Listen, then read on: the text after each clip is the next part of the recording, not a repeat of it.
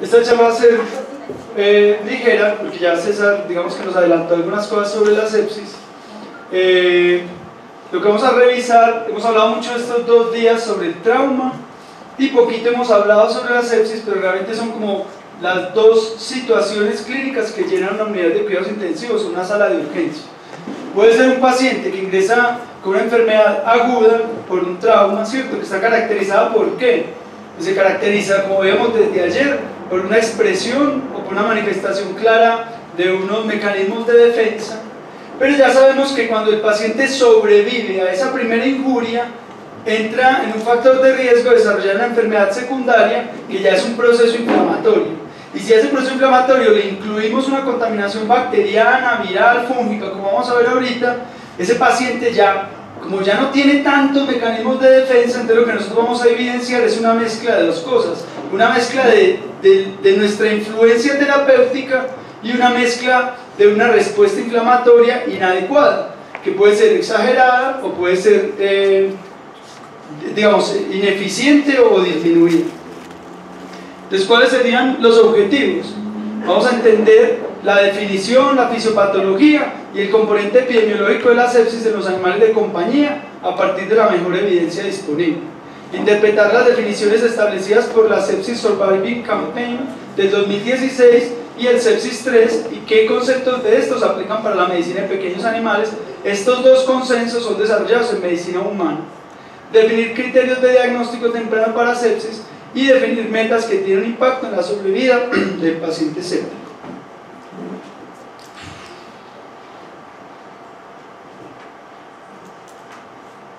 Definición. Entonces, la definición clásica de sepsis implica una respuesta inflamatoria inadecuada a una infección. Ya habíamos visto cuando César nos contó esta mañana cómo podíamos nosotros saber que un paciente había desarrollado una respuesta inflamatoria inadecuada. ¿Se acuerdan cómo? ¿Cómo puedo yo identificar un paciente que tiene una respuesta inflamatoria inadecuada?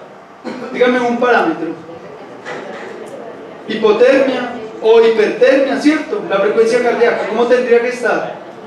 Incrementada. ¿Qué otro factor?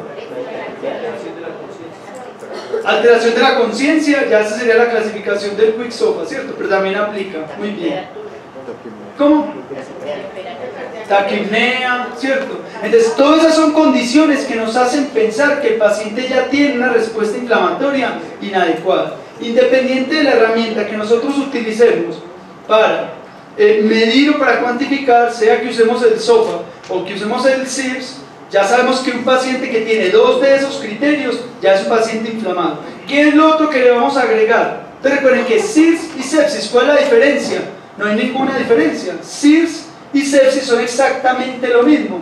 ¿Cuál es el componente que se le adiciona a la sepsis? Pues que es una respuesta inflamatoria sistémica inadecuada, o sea, es un SIRS, pero le vamos a agregar un componente ¿de qué tipo? Infeccioso. Entonces la infección puede ser micótica, viral, bacteriana o protozoaria. Entonces aquí podemos tener una babesia, una giardia, podemos tener estafilo, strepto, E. coli, podemos tener un parvovirus, un distemper, ¿cierto?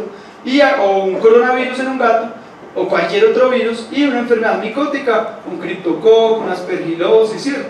Entonces, todos esos son los agentes que nos van a desencadenar una respuesta inflamatoria sistémica. Para 2016, ¿qué dijeron ellos? Ah, bueno, esta clasificación, ¿cuál es el problema? Que esa clasificación la iban escalando. Entonces decía, si el paciente tenía una respuesta inflamatoria sistémica y yo sospecho que está infectado o lo puedo confirmar, ¿cómo se llama eso? Respuesta inflamatoria sistémica más infección, ¿cómo se llama?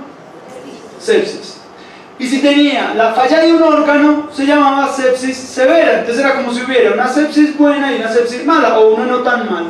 ¿Qué dijeron ellos en el 2016? Para medicina humana, dijeron, mire, dejémonos de bobadas, no existe una sepsis menos grave que la otra, todas las sepsis son malas, y siempre que se manifiestan con la falla de un sistema orgánico. ¿Por qué?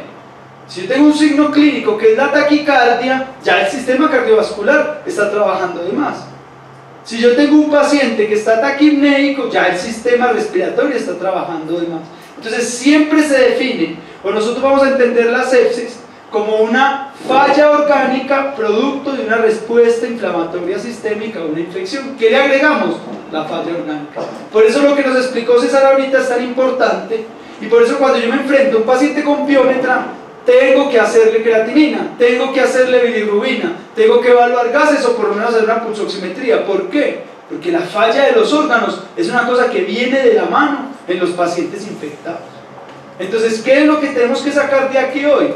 Que un paciente no solamente tiene una infección en el útero, tiene una infección que tiene un potencial de generarme una falla orgánica, y que yo pueda resolver el problema depende también de que lo pueda identificar. Entonces piensen más allá del órgano infectado, vamos a buscar y a cuantificar cuántos órganos están fallando. ¿Qué es lo importante entonces, o la clave de la definición? Que hay una respuesta inflamatoria que puede ser incrementada o disminuida, siempre va a ser inadecuada y se puede definir como SIRS o CARS. SIRS es el incremento en la respuesta y CARS es la ausencia de respuesta, que ahorita nos explicaba César con las gráficas cómo cualquiera de estos dos escenarios pueden estar presentes en el paciente. Y la falla orgánica. La falla orgánica siempre se debe cuantificar en la sala de emergencia con un Quick SOFA o en la UCI a partir del score SOFA. Entonces, siempre que tenemos una respuesta inflamatoria, nosotros podemos tener una infección, podríamos tener un piómetra, y entonces ahí el proceso infeccioso no abandona el útero, pero si el cuerpo no es capaz de resolver la enfermedad, no es capaz de resolver ese foco infeccioso, no es capaz de sacarlo, la respuesta se vuelve sistémica. Y entonces ahí es donde empezamos a tener una sobreactivación del sistema de coagulación. Recuerden que les insistí mucho ayer y esta mañana que el paciente traumatizado tiene un fenotipo de coagulopatía que es fibrinolítico. A ese se le acaban las proteínas de la coagulación, y se le acaban las plaquetas, y se le acaban los mecanismos. Al paciente infectado le pasa todo lo contrario. Vimos ahora lo que nos explicó en el video César, que antes a estos pacientes se les incrementa o se les sobreactiva el sistema de coagulación y por eso desarrollan trombos o coágulos en todo el torrente sanguíneo. Entonces, la coagulación o coagulopatía intravascular diseminada puede tener dos morfologías o dos fenotipos. Hay un fenotipo en el trauma que es antifibrinolítico, el paciente que se desangra, y hay un fenotipo protrombótico que es el que le da al paciente infectado, y es donde empezamos a ver que bajan las plaquetas, pero usted realmente no ve hasta cierto punto que se está desangrando, pero se está hipoperfundiendo. ¿Para dónde se van las plaquetas? Se quedan en los capilares taponando el sistema circulatorio. Hay un rol importante del complemento y del sistema inmunológico intrínseco del animal, ¿cierto? Hay una desregulación del sistema nervioso, ya el cuerpo no es capaz de liberar más adrenalina, incluso las glándulas adrenales, que se supone que tienen que liberar cortisol y eso, como ya han pasado varios días para que se desarrolle la sepsis, el paciente se le agota incluso la adrenal. Entonces no solo le falta adrenalina, noradrenalina, también le falta cortisol, que tiene un rol muy importante en la sensibilización del endotelio a las catecolaminas. Entonces el paciente puede tener en una línea de tiempo o un incremento en la respuesta inflamatoria o una ausencia en la respuesta inflamatoria. Si el paciente logra otra vez nivelar la respuesta, pues va a vivir, pero si el paciente sigue con una respuesta inflamatoria hacia arriba, se va a morir, o si tiene una ausencia de la respuesta inflamatoria, en el tiempo pues finalmente va a morir. ¿De qué depende que el paciente sobreviva? De que otra vez la respuesta inflamatoria pueda ser un equilibrio. Tenemos entonces, ¿qué factores desencadenan la sepsis? Pues hay muchas teorías, o se han hipotetizado muchos, digamos, componentes que desarrollan la sepsis, pero ahora se sabe que a lo que responde el cuerpo puede ser las endotoxinas de las bacterias gram negativas, los lipopolisacáridos de superficie de las bacterias gram positivas ahorita, ya, de las gram negativas, y los lipopolisacáridos de superficie de las gram positivas. Incluso, generalmente, bacteremia, o sea, las mismas bacterias pueden correr por el torrente sanguíneo y desencadenan entonces el proceso inflamatorio, o lo puede hacer una micosis, o lo puede hacer un virus, ¿cierto?, invadiendo las células de defensa. Después de que ocurre el proceso injuriante y ya está en el torrente sanguíneo, entonces empieza una activación de factores proinflamatorios, interleuquinas, factor de necrosis tumoral, ¿cierto? Hay unas enzimas que se encargan de deteriorar el endotelio vascular, que también habíamos hablado del glicocáliz, endotelial, que habíamos hablado ayer, que son esas proteínas que le confieren cierta impermeabilidad al endotelio. Entonces, si esas sustancias proinflamatorias empiezan a deteriorar el endotelio vascular, por eso es que empieza a haber una migración de líquido hacia el intersticio. Ustedes se acuerdan de los cinco signos cardinales de la inflamación. ¿Se acuerdan de eso? Calor, rubor, tumor, dolor y pérdida de la función. Todos esos factores están relacionados ¿con qué? Con la separación de las células endoteliales, con la migración de células de defensa hasta el otro lado, hacia el intersticio, porque se supone que son una parte fundamental de la reparación.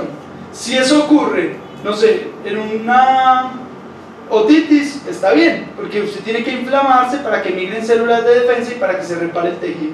Pero si eso ocurre en cada capilar del cuerpo, si eso empieza a ocurrir en las células mesangiales del riñón, si ocurre en el capilar alveolo, en el espacio alveolo capilar, ¿cierto? O si ocurre en el hígado, pues ya se va a hacer tan masivo el fenómeno que se va a empezar a perder mucha sangre y se van a empezar a inflamar capilares que no tenían nada que ver con el proceso infeccioso. Por eso es muy frecuente que encontremos pacientes con piómetra y con azotemia. Y entonces uno empieza a pensar por qué le dio la azotemia, si es porque está deshidratado, porque no comió. El paciente pudo haber estado comiendo, pudo haberse hidratado bien y de todos modos estar en factores de riesgo para desarrollar una insuficiencia renal. ¿Por qué? Porque el proceso inflamatorio abandonó el útero o se fue más allá y puede haber una migración de células inflamatorias al riñón. O lo mismo podría pasar al pulmón. No se les extrañe si algún día tienen un paciente con una pancreatitis severa y al tercer o cuarto día se muere de un edema pulmonar. Y entonces usted empieza a decirle a uno de los enfermeros: es que usted dejó pasar mucho suero, es que yo le dije, el doctor David había dicho que había que mirar las colas de cometa y no sé qué. No tiene nada que ver con la hidratación, simplemente ese paciente desarrolló un proceso inflamatorio en el pulmón. Está claro que una hidratación sin conciencia y sin monitoreo pues incrementa el riesgo de edema pulmonar, pero todos los pacientes con enfermedades infecciosas sistémicas tienen el mismo riesgo de desarrollar una enfermedad pulmonar secundaria.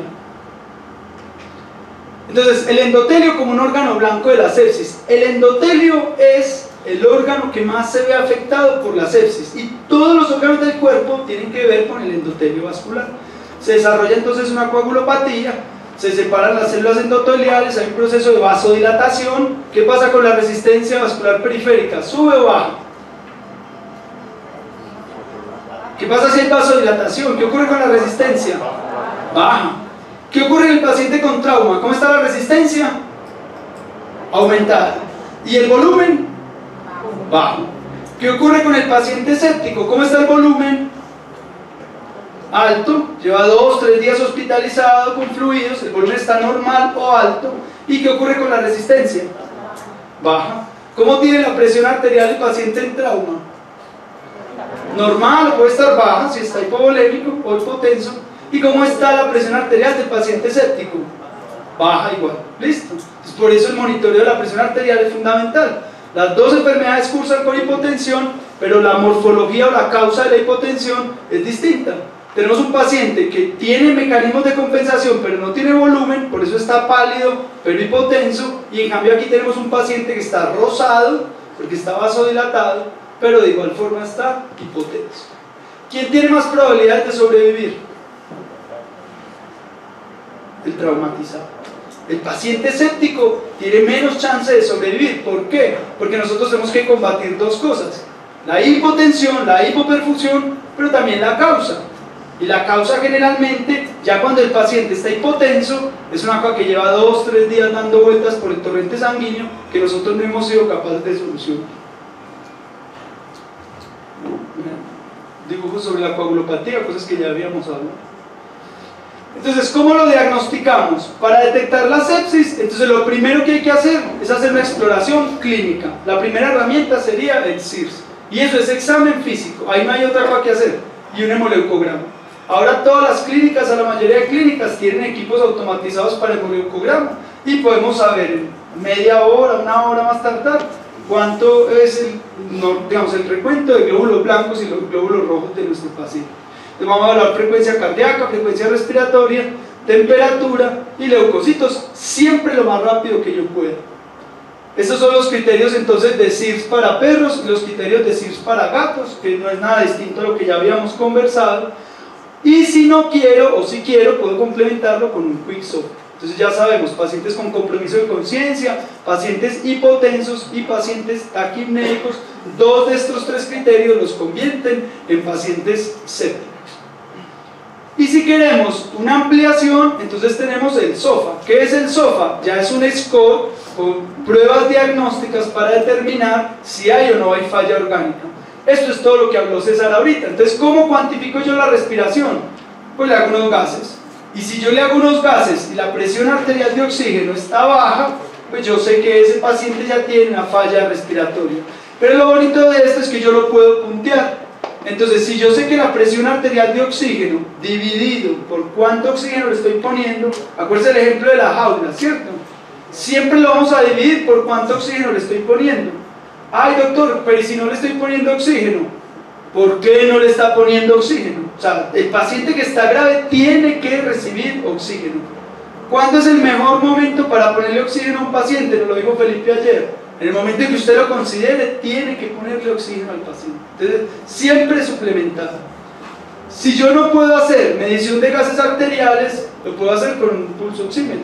No es el mismo valor, pero ya existen algunas referencias. Entonces, sabemos que el paciente que está más mal, le vamos a dar un puntaje muy alto, y el paciente que está bien, pues en el score o en el ítem de respiración va a estar bien. Coagulación, mire, no se pusieron con bobadas, y esto es sacado de humanos. Plaquetas, es el mejor indicador de coagulación. Menos de 20.000, menos de 50.000, menos de 100.000, menos de 150.000, mayor o igual a 150.000. Bilirrubina como indicador de función hepática, presión arterial como indicador de función cardiovascular. Y miren que el paciente puede estar acá hipotenso, normotenso, perdón, hipotenso, y ya de aquí en adelante empieza a ser hipotenso o normotenso, pero ¿cuánta dosis de medicamento le tengo que dar para que esté normotenso? No me acuerdo con quién hablaba esta mañana que me preguntaba sobre la norepinefrina, y la norepinefrina, la dopamina, cualquier sustancia vasoactiva me sirve como indicador pronóstico. Si yo tengo un paciente con una presión arterial de 120 de sistólica, está muy bien. Pero yo, si te digo así, lo tengo con 120 de sistólica, pero está con 2 microgramos por kilogramo por hora de noradrenalina. O sea, yo le tengo que dar un soporte vasopresor para que alcance esa presión arterial. En cambio, tengo un paciente que está en 110, pero no le tengo que poner nada. Este tiene menos presión arterial, pero yo no estoy haciendo ningún esfuerzo para garantizársela. Entonces, mientras más dosis de vasopresores le tenga que dar, pues más alto va a ser el score. Escala de Glasgow, creatinina y gasto urinario como indicadores. Bueno, Glasgow como indicador de perfusión cerebral y creatinina como indicador de perfusión renal. Entonces, lo mismo que hablábamos ahorita, mientras más órganos estén fallando, peor está el paciente, ya eso está claro.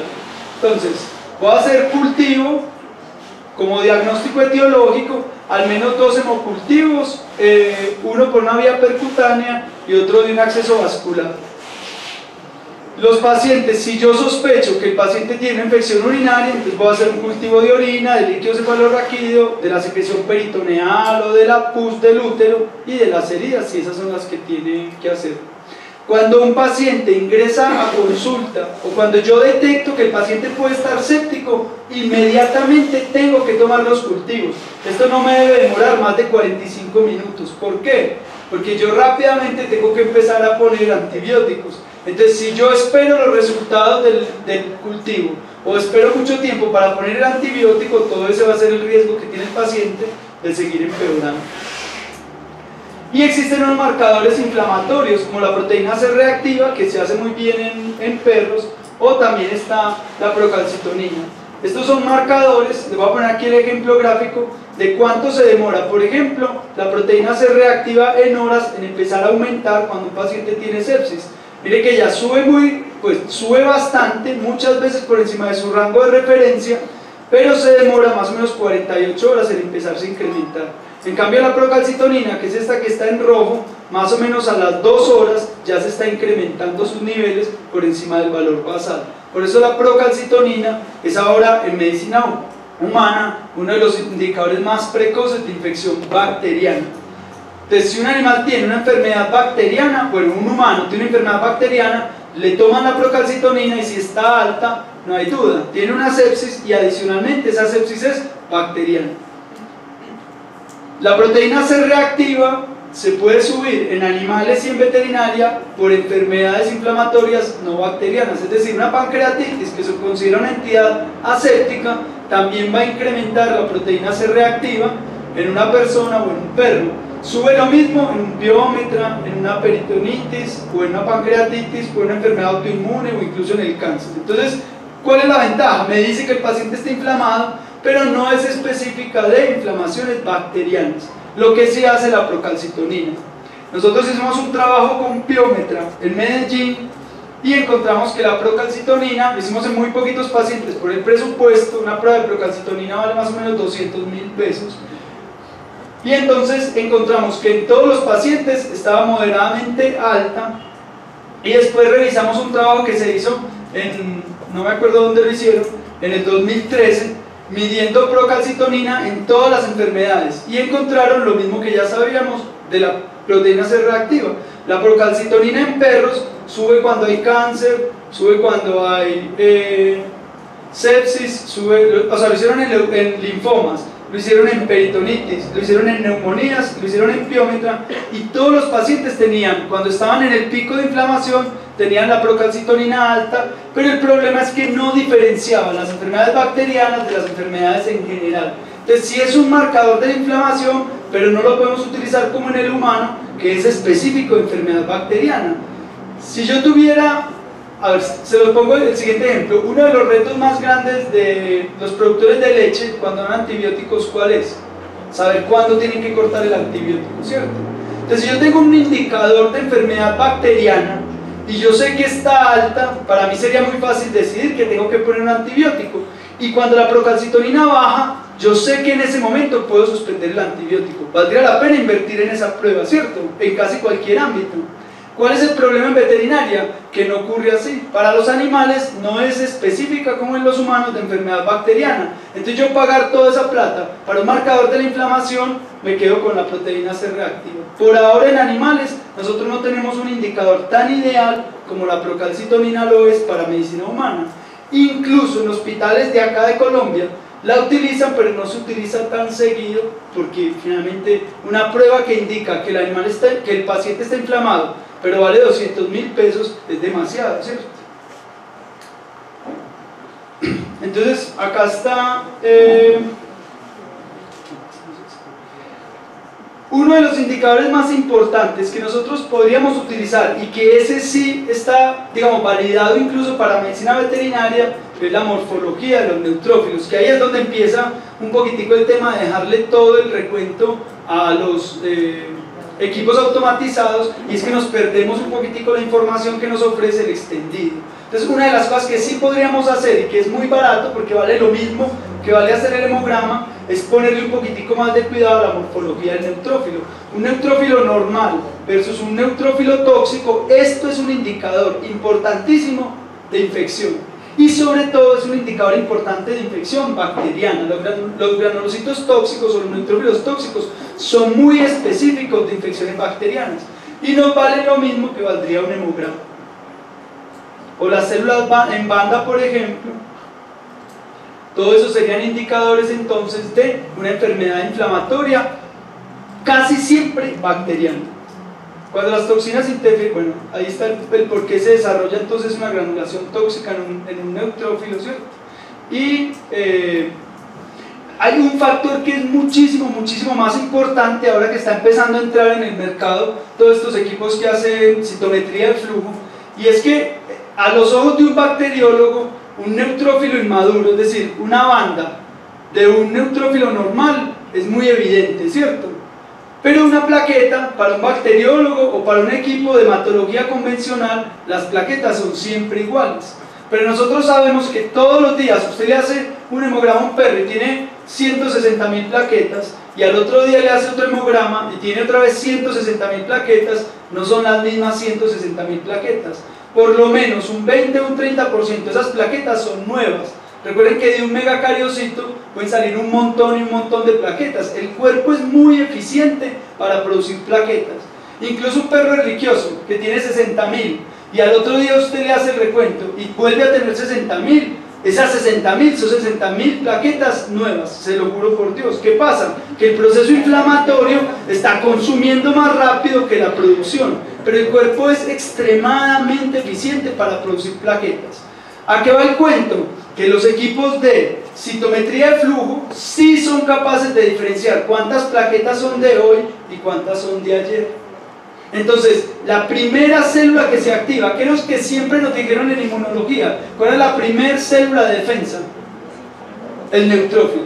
Y esa es una de las grandes mentiras, porque realmente la primera célula que se activa es la plaqueta, porque se empiezan a separar las células endoteliales y quiere la que corre a tapar los huecos en el endotelio, la plaqueta. Siempre que hay una enfermedad bacteriana, la primera que se activa es la plaqueta. Entonces, si un paciente tiene todos los días 160.000 plaquetas, pero resulta que de esas 160.000, el 80% son nuevas, ¿qué es lo que le está pasando a ese paciente? Todos los días se está enfrentando a una enfermedad infecciosa y casi siempre es una enfermedad bacteriana.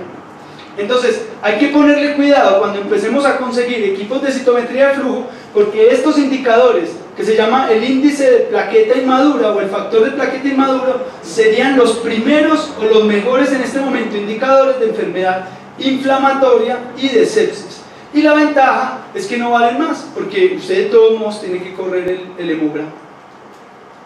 Este es un trabajo que hicieron en perros con infección, pues con sospecha de infección, y evaluaron el factor o la fracción de plaquetas inmaduras, y lo que encontraron era que los pacientes que tenían más plaquetas inmaduras pues estaban asociados con una mayor infección que los pacientes que no tenían plaquetas inmaduras. Entonces miren que ya hay algunos trabajos donde lo confirman. ¿Cuál es la cosa? Que se tiene que hacer en equipos de citometría de flujo. Esas plaquetas no son capaces de detectarlas los equipos los equipos convencionales de hematología que utilicen tecnología inferior, o no sería capaz de hacerlo un bacteriólogo. Bueno, identificamos la sepsis. ¿Qué es lo que nosotros tenemos que hacer? Pues hacer un manejo titulado de la enfermedad, corregir la falla circulatoria y corregir la hipoperfusión, ¿cierto?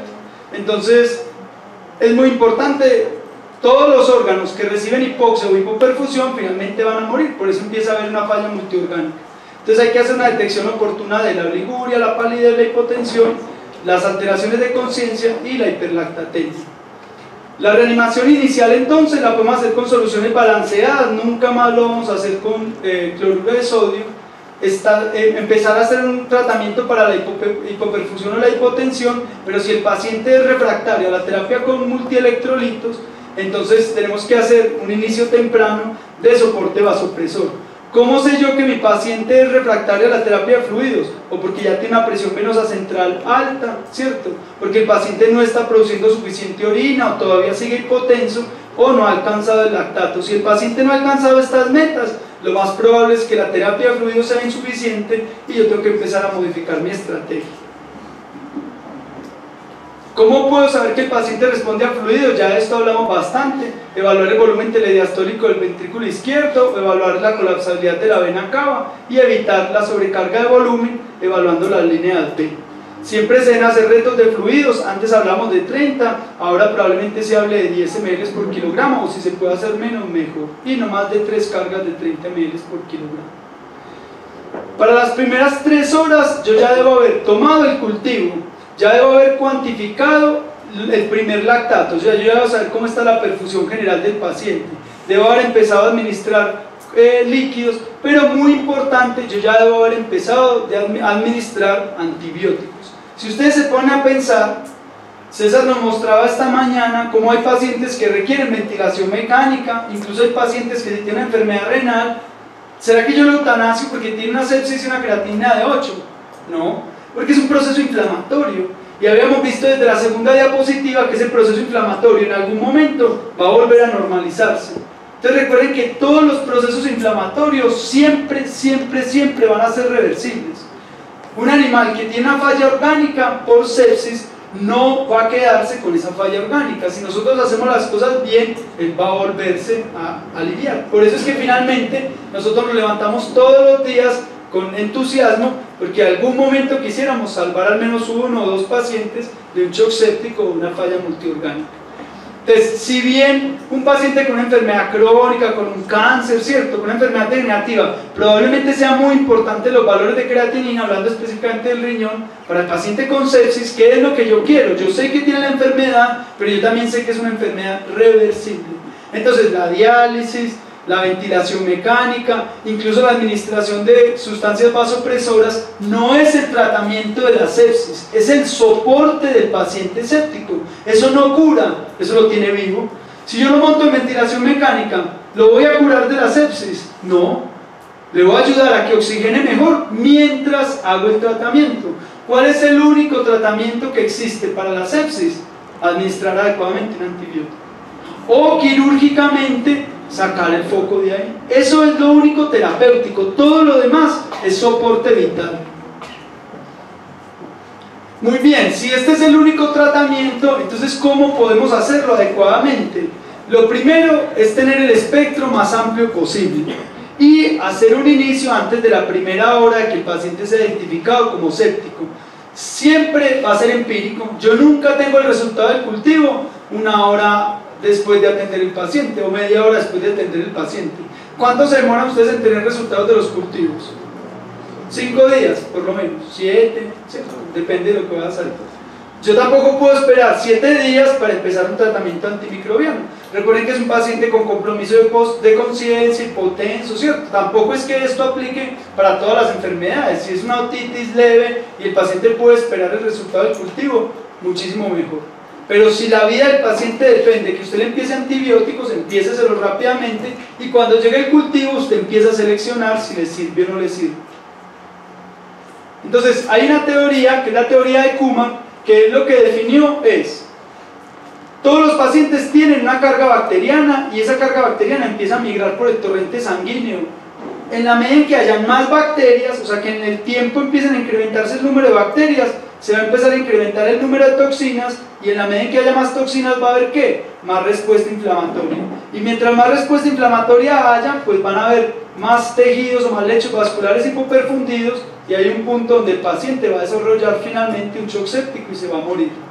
¿Qué es lo que nosotros deberíamos hacer? Si empezamos rápidamente a poner un antibiótico antes de que se incremente la sobrecarga de bacterias, las bacterias van a caer, va a haber una menos cantidad de toxinas, una respuesta inflamatoria más baja y es menos probable que el paciente desarrolle fallas multiorgánicas y que se muera de un shock séptico.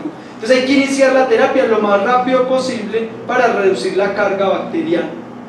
¿Qué es lo primero que voy a hacer? Inicio temprano, una terapia adecuada. Esto es muy de humanos. Ustedes saben que en humanos no es como que el enfermero tiene una bodeguita ahí donde tiene los medicamentos, siempre tienen que hacer todo un protocolo, pues hay mucha más burocracia para iniciar un tratamiento antimicrobiano. Afortunado o desafortunadamente en veterinaria es todo lo contrario, viene un paciente porque cojea y siempre le vamos a poner un protector de mucosa gástrica, un antiinflamatorio y un antibiótico por si las moscas, ¿cierto? Poner un antibiótico para nosotros nunca ha sido un problema. Los pacientes vienen para una odontología, un detartraje y se van con un antibiótico. Y de hecho se van con uno de los mejores antibióticos que tienen. Entonces siempre para nosotros digamos que no es un problema. Para seleccionar entonces el antibiótico adecuado, tengo que evaluar la condición física del paciente, la flora microbiológica total, cubrir el espectro más amplio que se pueda, mirar el sitio anatómico más probable de la infección, el estado inmunológico del paciente y evaluar factores de riesgo para las resistencias. Los retrasos en los antibióticos están relacionados con una alta mortalidad en infecciones de alto grado y se asocian a la presencia más rápida de shock séptico. Estudios en humanos revelan que demoras de 4 a 8 horas en iniciar una terapia antimicrobiana influyen en un aumento en la mortalidad. Un análisis reveló que el inicio de antibióticos dentro de las 2 primeras horas luego de ser administrados en la unidad de cuidados intensivos demostró mejorías en 316 pacientes con sepsis severa y un cultivo previo, indicadores de mejoría en la sobrevida. El aclaramiento del patógeno no sucederá hasta que los niveles adecuados de antibiótico hayan alcanzado su nivel óptimo de circulación.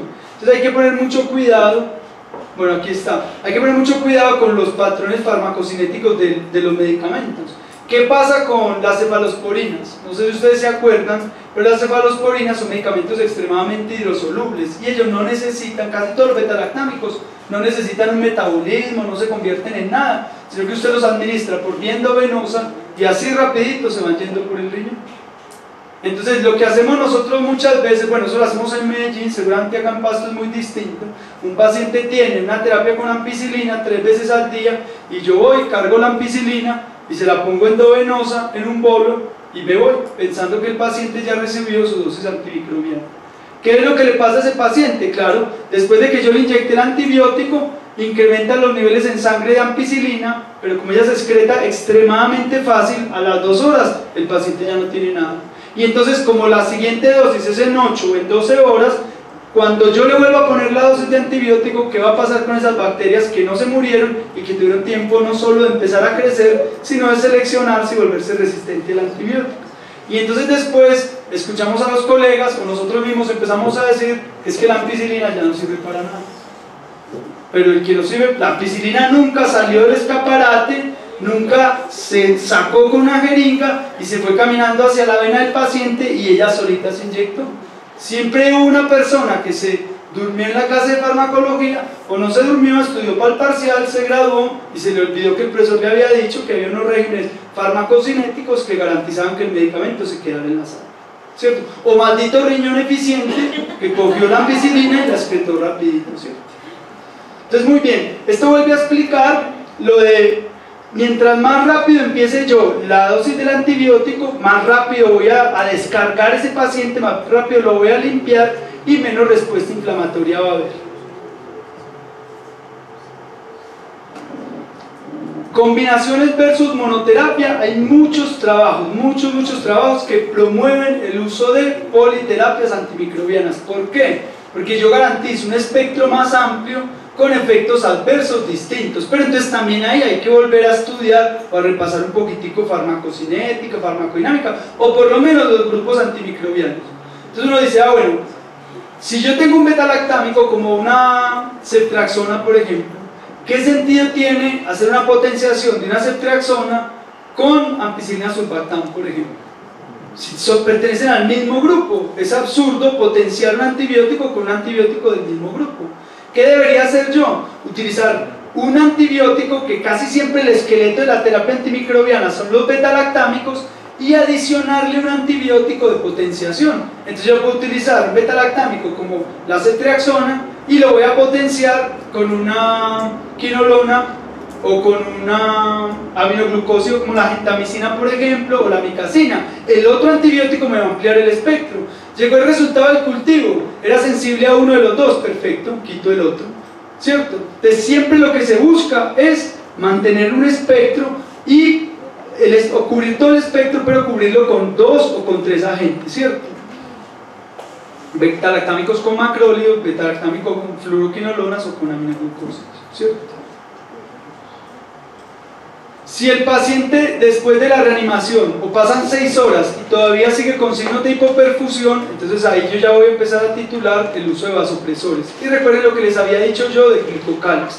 Después de que este glicocálix, estas vellosidades se pierden, cualquier molécula que usted ponga acá, incluso proteínas, van a migrar al otro lado del espacio endotelial. Entonces no importa si ustedes a un paciente que ya está hipotenso y que ya estaba con terapia de fluidos, le ponen una solución expansora, si le ponen una gelatina, si le ponen albúmina, ese paciente se le va a migrar al otro lado, sí o sí. Lo que él necesita es que este capilar sea más pequeño.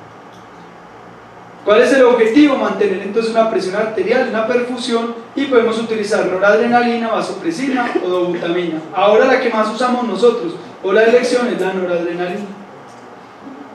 Acá está entonces un poquitico los efectos de cada una. Recuerden que la noradrenalina tiene una ventaja y es que solamente tiene efectos alfa. ¿Qué habíamos dicho del corazón del paciente? Que ese corazón se llenaba bien y que se contraía mucho. ¿Por qué se contraía mucho? Porque no tenía resistencia. Pero muchos de estos pacientes ya de base están taquicárdicos. Entonces yo para qué quiero ponerle un medicamento que tenga actividad beta, como la adrenalina por ejemplo, o la dopamina, si el paciente se va a poner más taquicárdico. Yo lo único que quiero es que el paciente gane vasoconstricción o que gane resistencia. Entonces ahí es uno de los beneficios de la noradrenalina, y es que solamente tiene una actividad importante sobre los receptores alfa y muy poquita actividad sobre los receptores beta. La dobutamina es específicamente beta, entonces es un medicamento que va a incrementar el inotropismo, va a incrementar la frecuencia cardíaca, pero todos los medicamentos que son inotrópicos positivos, recuerden que son vasodilatadores por defecto. Entonces el problema de poner dobutamina o de empezar con dobutamina es que voy a poner a trabajar mucho más el corazón, pero voy a vasodilatar mucho más el paciente, y eso no es lo que uno quisiera. A no ser que usted ya haya identificado de base una patología cardíaca, que alguno de los fenómenos del paciente haya hecho que él tenga poca contractibilidad, que el corazoncito no esté chocando fuerte, sino que se esté chocando poquito, o que la frecuencia cardíaca sea insuficiente.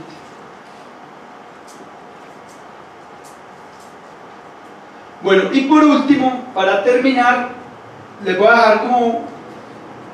No quiero que esto parezca como una regla de oro, o no quiero que parezca como una receta magistral, pero cuando les decía ahorita que el único tratamiento efectivo para la sepsis era el uso responsable de antibióticos o el uso adecuado de antibióticos, es porque realmente no existe ninguna otra cosa que se haya probado en el mundo que tenga un efecto curativo o terapéutico sobre la sepsis, excepto tal vez este trabajo, que es un trabajo que se hizo en un hospital en Estados Unidos por Marik, pues, y colaboradores. Marik es un autor, pues un investigador importante, y hace parte de los paneles internacionales de las campañas de sobrevida a la sepsis, y lo que ellos hicieron fue, tomaron 3 medidas, o tomaron solamente una intervención basada en 3 medicamentos, que era vitamina C, tiamina e hidrocortisona, a los pacientes sépticos, y lo que hicieron fue hacerlo durante un espacio de tiempo, y no lo compararon con ninguna otra población, sino que lo compararon con la población del mismo hospital, pero antes de que ellos hicieran la intervención. Por ejemplo, dijeron, bueno, nosotros vamos a empezar a hacer la intervención hoy a todos los pacientes infectados, sépticos con criterios de sepsis, les vamos a empezar a poner hidrocortisona, tiamina y vitamina C. Vamos a mirar cómo nos va en un año, y lo comparamos con los pacientes del año pasado, que los atendíamos igual, excepto que no les poníamos tiamina, vitamina C e hidrocortisona. Incluso, para que el estudio tenga validez, hay veces lo que se hace es, a estos pacientes a los que les vamos a hacer la intervención, busquemos pacientes que estén incluso más graves que los que estaban antes. Así, si la intervención funciona, nosotros podemos probar que funciona en pacientes que incluso están más graves. Entonces aquí está la descripción de la población antes de la intervención y después de la intervención, y lo que llamaba la atención era que los pacientes que estaban intervenidos con estos 3 medicamentos tenían scores, por ejemplo, como Apache o SOFA, pues todos los scores de severidad mucho más altos que los pacientes que no recibieron la intervención. Eso simplemente para hacer un efecto de peso. Y entonces lo que encontraron es que la mortalidad en el control y esta se llama la mortalidad predicha y la mortalidad real. O sea, de acuerdo a los scores, todos estos pacientes se tenían que morir. ¿Cuántos se murieron? Los que se tenían que morir, ¿cierto? Antes del control. Y en cambio acá con el tratamiento, pues estos eran los que se supone que se tenían que morir de acuerdo a los scores, y miren los que se murieron apenas. Entonces quiere decir que la administración de vitamina C, tiamina e hidrocortisona pareciera tener un impacto en la mortalidad y en la aparición de shock séptico en los pacientes con sepsis.